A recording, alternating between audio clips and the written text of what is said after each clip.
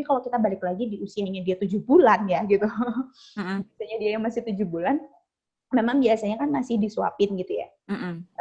Gitu. Cuma paling kita juga bisa ya gitu kayak misalnya sambil ngasihin dia sendok gitu. Jadi dia mungkin pegang sendok sendiri, kita juga pegang sendok gitu. Jadi dia bisa yang mungkin itu hanya untuk dipegang sama dia gitu. Dia mungkin dikasihin yang biasanya buat dicelup-celupin ke mulutnya dia gitu. Jadi emang walaupun kondisinya anaknya kembar ya gitu, tapi bisa jadi kan mereka punya karakteristik yang berbeda ya. Sekembar-kembarnya anak kembar pasti dia punya karakteristik yang berbeda gitu. Mungkin untuk yang satunya dia adalah mudah gitu, tapi yang kedua mungkin dengan cara yang seperti ini. Dan yang kedua adalah makannya ngeriung gitu. Jadi di situ ada bapaknya juga ikutan, ada ibunya juga, ada kembarannya juga gitu. Dan bukan yang dikasih, ini ya makanan buat kamu gitu, tapi dia yang bisa ngeliatin. Bisa jadi yang terjadi adalah dia ngambil makanannya kembarannya. Gitu. Itu bisa jadi yang terjadi gitu. Jadi dia akhirnya ngerebut makanan kembarannya karena dia lihat gitu. Karena sering kali terjadi adalah anak-anak itu bukan makan apa yang ada di depannya dia gitu, tapi dia melihat orang lain yang kayak kok enak ya itu ya gitu. Jadi pengen gitu. Padahal kalau misalnya kayak kita lihat gitu, makanya kenapa kayak misalnya nih ibu kan ya gitu, anaknya umur 7 bulan, misalnya ibu makan sambil minum cat time misalnya atau minum apa gitu, pasti anaknya ngeliatin juga pengen gitu. Iya sih, kalau saya lagi makan apa saya sodorin dia buka gitu Nah mulutnya. itu yang terjadi gitu. Belum Jadi bisa gitu makanan. sebenarnya itu yang terjadi, maksudnya itu yang perlu kita tekankan lagi ke anak-anak bahwa anak itu akan melihat apa yang orang tuanya lakukan gitu. Jadi kalau misalnya kita pengen seperti itu ya ciptakan lingkungannya, ciptakan vibe-nya itu yang memang ini semuanya lagi makan nih gitu. Jadi mau nggak mau juga dia akhirnya ikut-ikutan karena melihat lingkungannya tuh semuanya makan gitu. Gitu Bu Dian. Nanti dicoba mungkin sorry. Iya, semoga membantu. Oke. Makasih ya Bu. Iya, sama-sama Ibu Dian. Iya, terima kasih Ibu Dian. Terus ada satu pertanyaan kedua lagi, Ibu Vindi. Iya. Dari Bunda Lulu Arifina. Bunda Lulu, oh ya. Iya. Mungkin Bunda Lulu bisa mengaktifkan videonya biar kita juga bisa ngobrol bareng.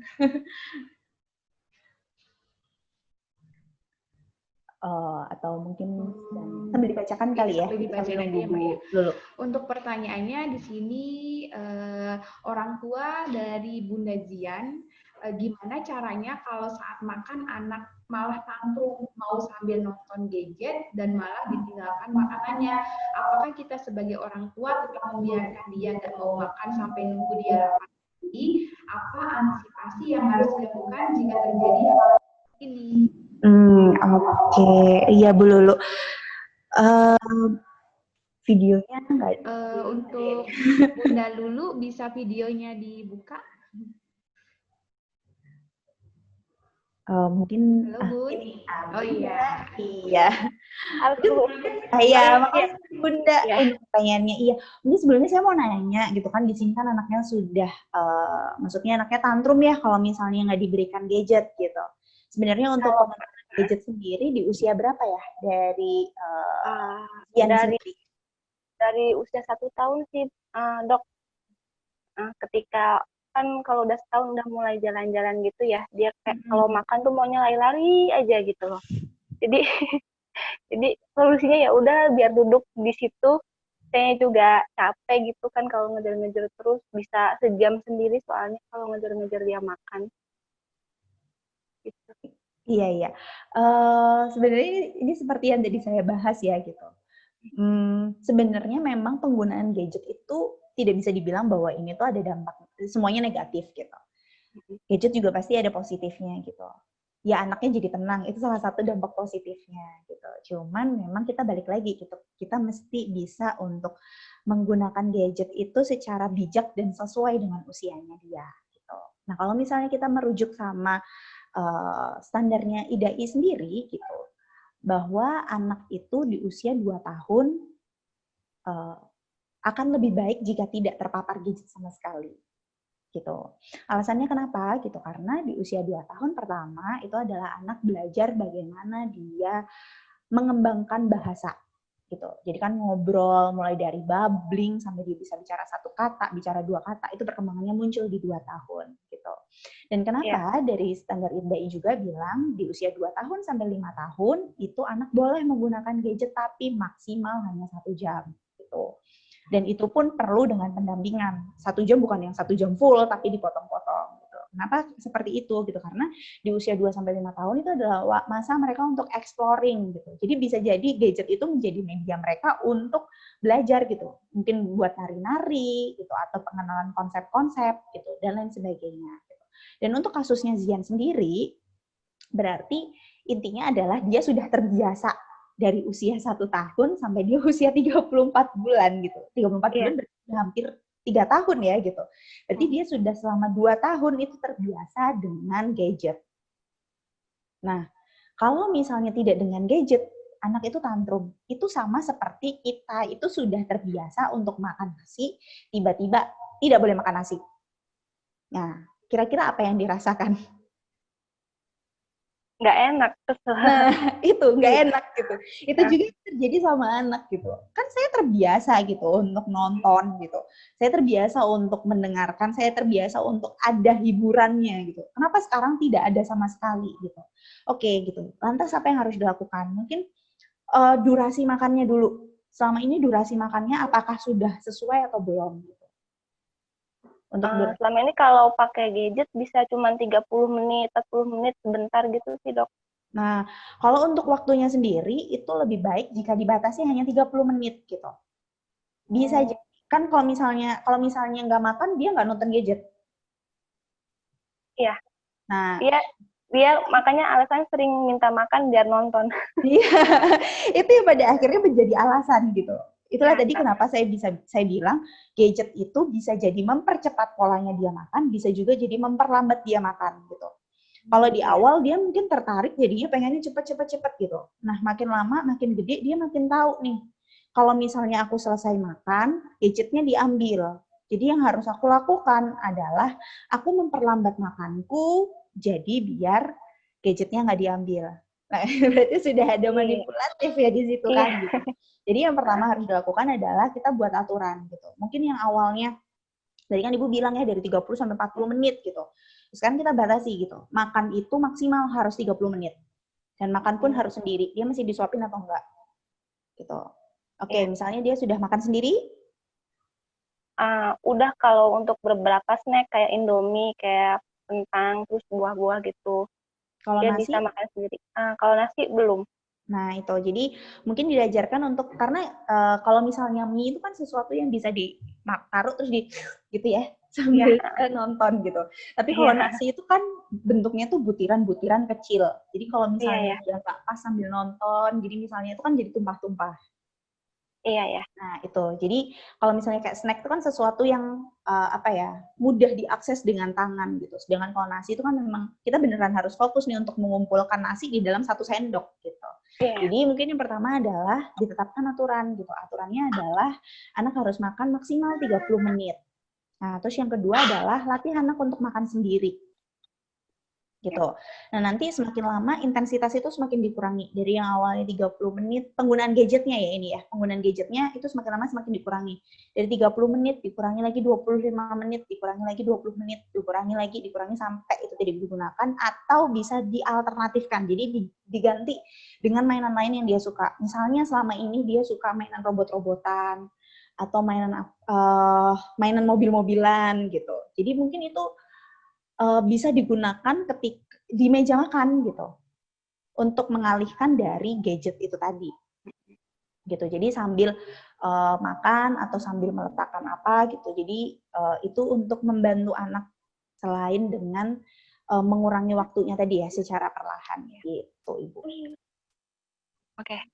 Terima kasih, Dok. Yang terpenting harus konsisten ya gitu. Jadi kalau misalnya memang waktunya sudah segitu, ya tetap segitu gitu.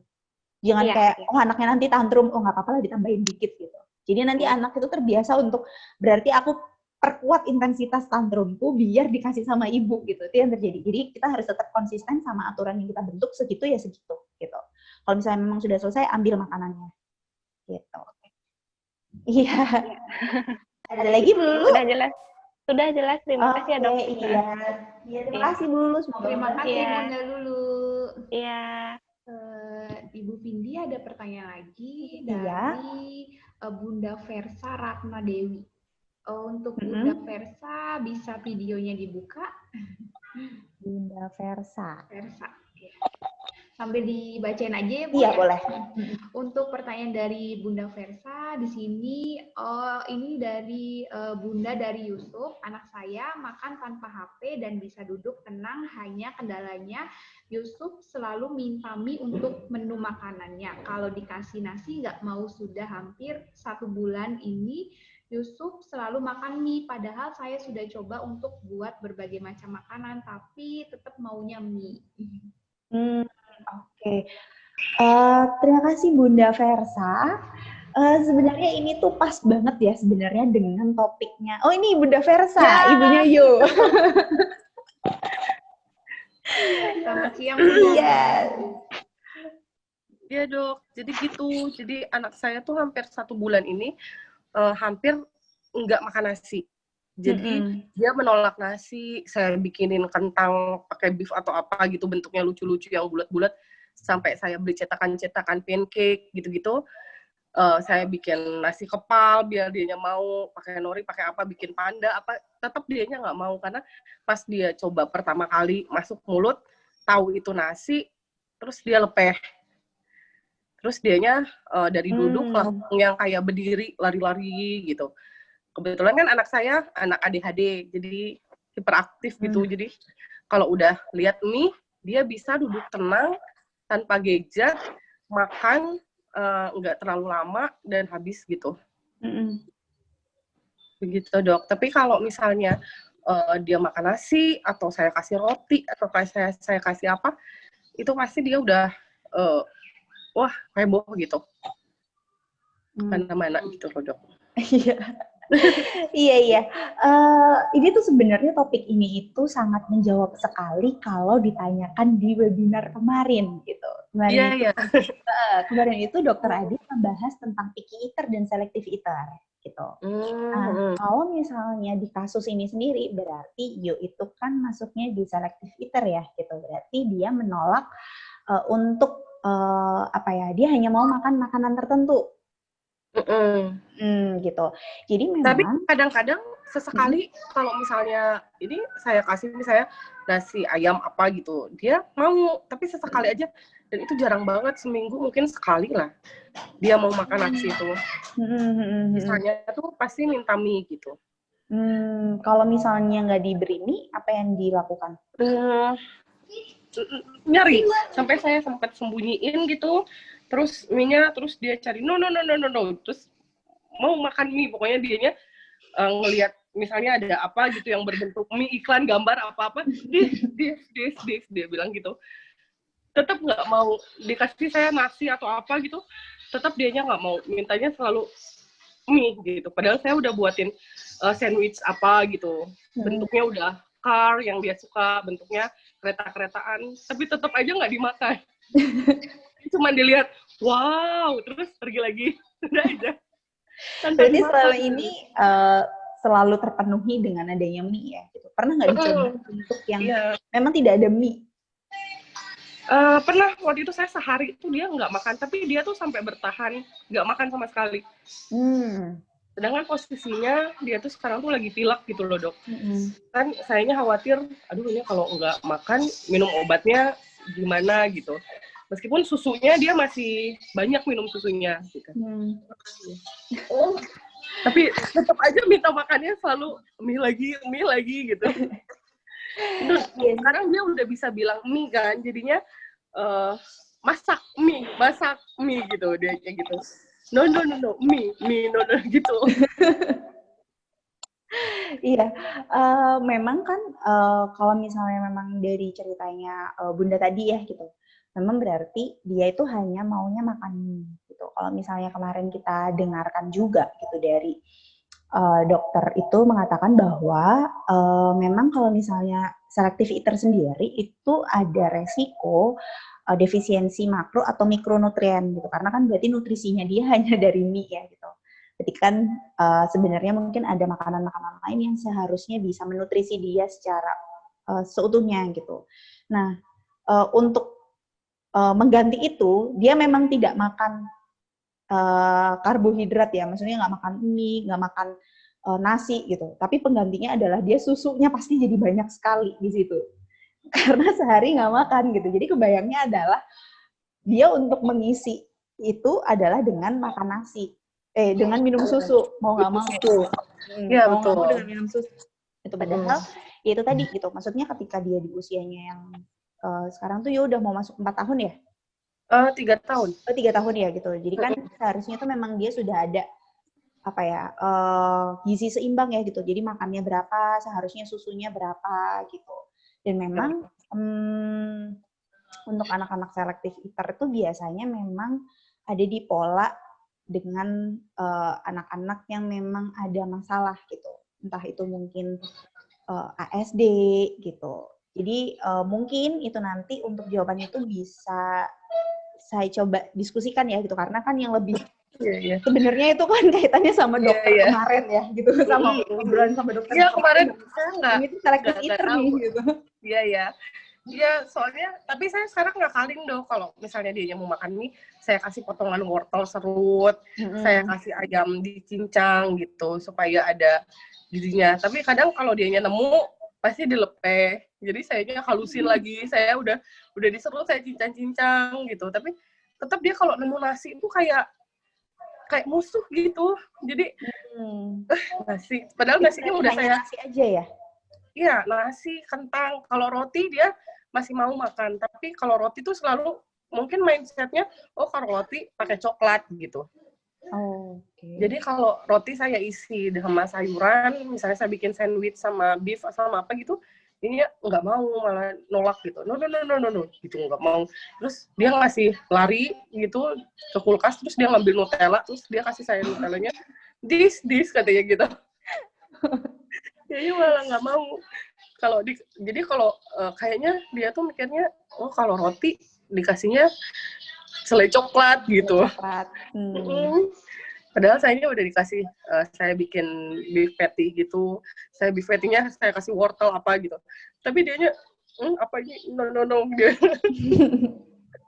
Terus dianya lari ngambil Nutella. Oh, saya bilang ini anak kayaknya nggak mau. Terus kalau ketemu mie tuh yang pasti sukanya tuh yang gimana gitu.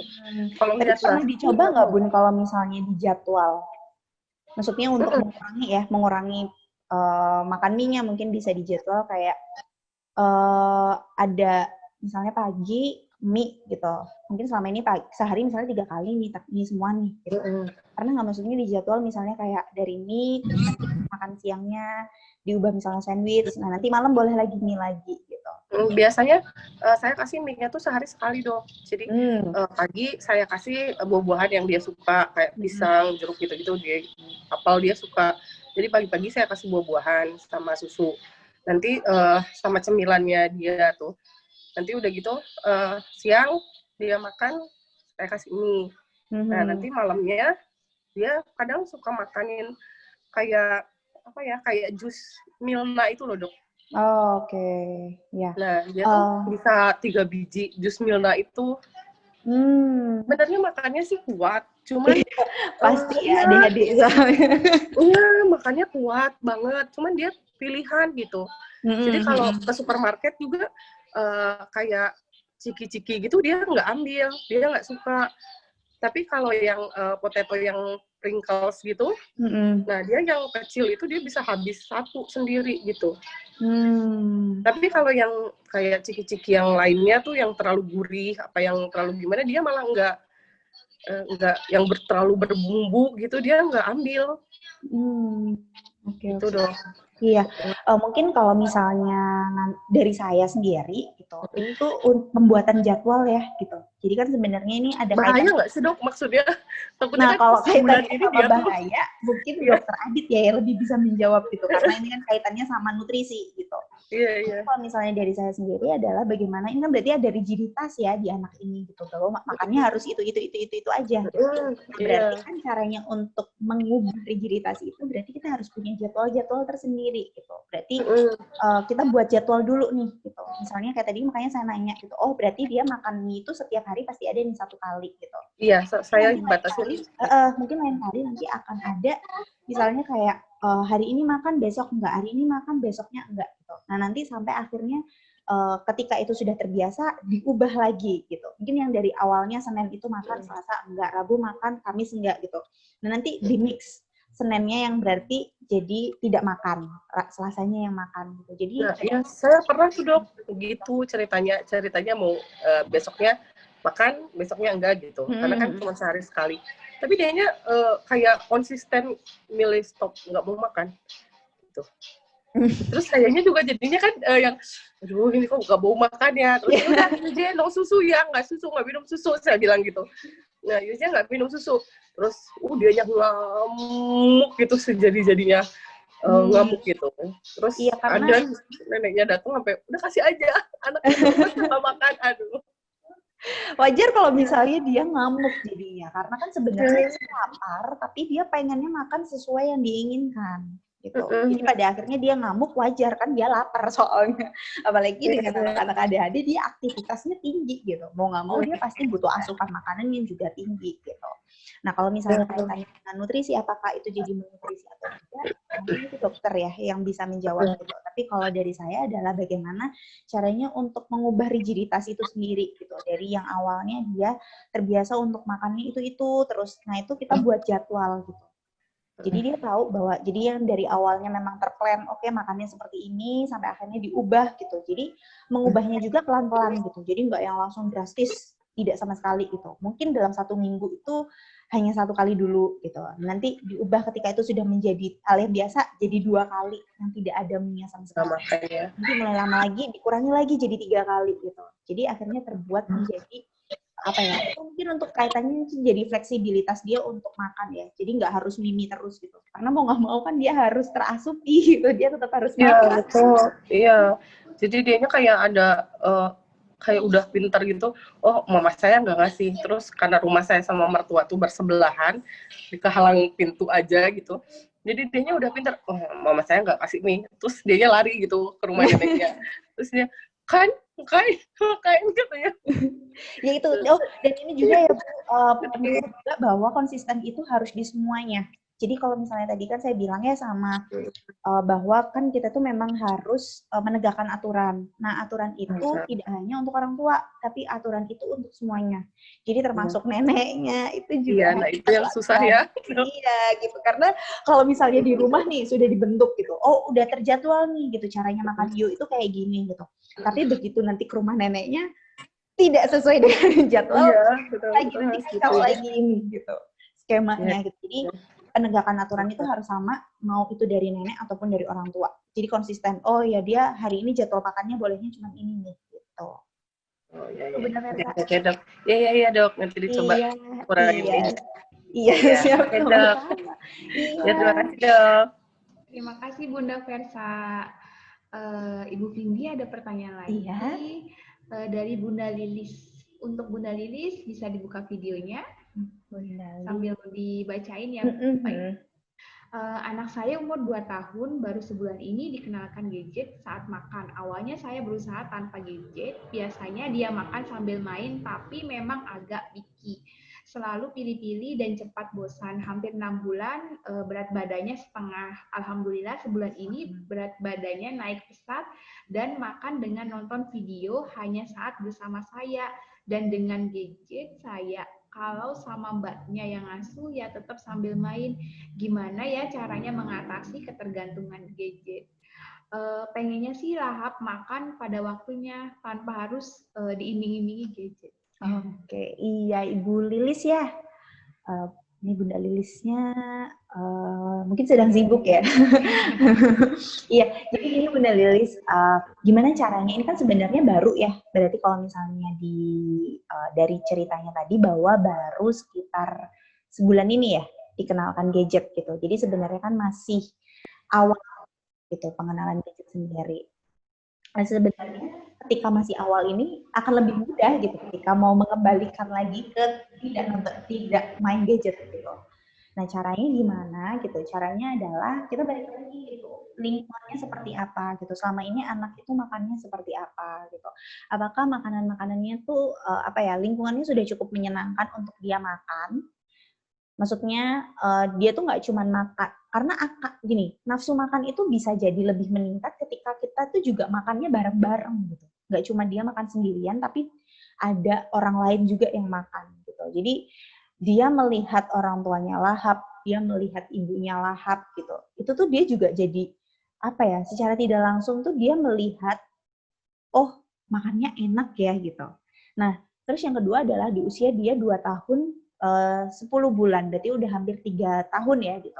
Nah, apakah anak ini masih makannya disuapin atau gimana gitu? Karena kalau misalnya saya dengar tadi gitu, maksudnya anaknya ini kalau sama mbak pengasuh sambil main gitu. Berarti di kebayang saya adalah kalau misalnya sambil main, berarti anak ini makan disuapin sambil dia main-main gitu. Nah, berarti itu tadi, dia tidak mindful gitu.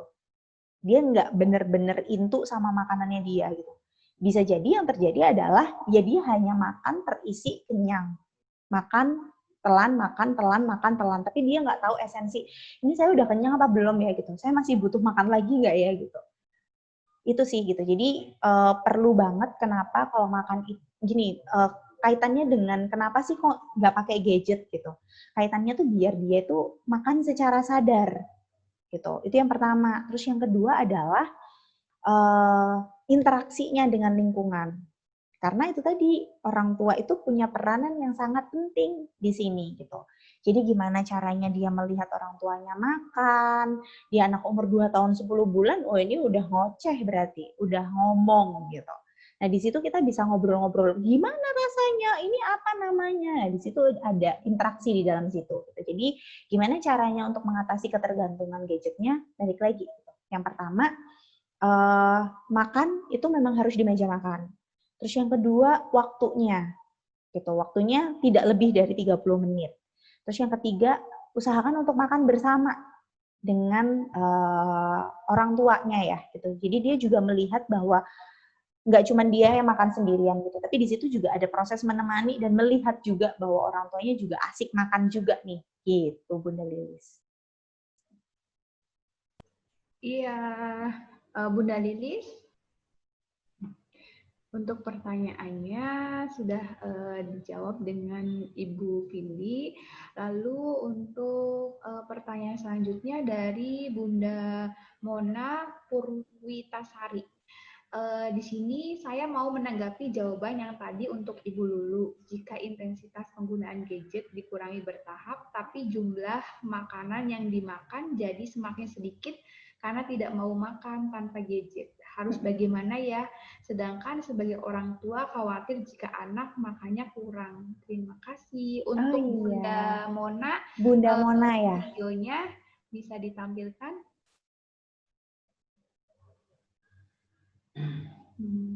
Kayaknya sambil oh ini Bunda Mona. Ya, iya. Iya siang Bunda Mona, iya. Maksudnya apakah itu sudah terjadi atau ini masih kekhawatiran aja di Bunda? Sudah terjadi. Jadi saya sudah sempat coba untuk kurangin intensitas gadget. Jadi anak saya awalnya itu dulu sempat dikasih gadget itu sekali aja Bu, karena waktu itu lagi sakit, jadi susah sekali makannya. Susah sekali makannya. Jadi sesekali waktu itu dikasihnya. Nah terus mungkin jadi di bawah setahun kayaknya 10 bulan atau 11 bulan gitu ya Bu ya. Nah kemudian dianya akhirnya jadi minta, jadi ngerengek kan. Kalau nggak dikasih gadget jadi nggak mau makan. Akhirnya jadi terbiasa sampai sini, jadi harus dengan gadget gitu kalau makan. Nah saya sudah coba untuk kurang-kurangi, tapi ya itu jadinya dia kalau gadgetnya udahan ya makannya juga udahan. Itu juga makannya susah sekali, bener-bener nggak mau buka mulut, terus uring-uringan gitu, tantrum, pengen udahan, pengen keluar dari kursi kayak gitu. Oke. Biasanya kalau dia makan itu makan sendiri atau disuapin atau gimana? Disuapin. Kadang makan sendiri sih, kalau kayak mie gitu ya dia bisa pakai garpu gitu, lebih mudah. Tapi kalau nasi dia biasanya makan sendiri sih. Ada kadang dia makan sendiri tuh kalau nasi tuh yang nggak berkuah, jadi dicaplok gitu nasinya pakai tangan kemana-mana kayak gitu tuh ya saya nggak apa-apa. Cuman kalau makan benernya kan saya masih tetap suapin gitu ya biar tetap masuk makanannya gitu. Jadi sesekali sih makan sendirinya. Oke. Kalau makannya sendiri biasanya sendiri atau bareng-bareng sama keluarga gitu atau gimana? Kadang sendiri, kadang-kadang juga sesekali bareng sama keluarga, soalnya apa ya, nggak bisa bareng, timingnya tuh nggak bareng gitu makanya. Iya, mungkin bisa gini ya Bun ya gitu, maksudnya emang kadang-kadang itu berarti kan ini dari usianya 10 bulan, sekarang dia usianya berapa? Sekarang 2 tahun 2 bulan. 2 tahun 2 bulan gitu ya, berarti ya hampir 26 bulan ya. Berarti hampir sekitar 14 bulan ya.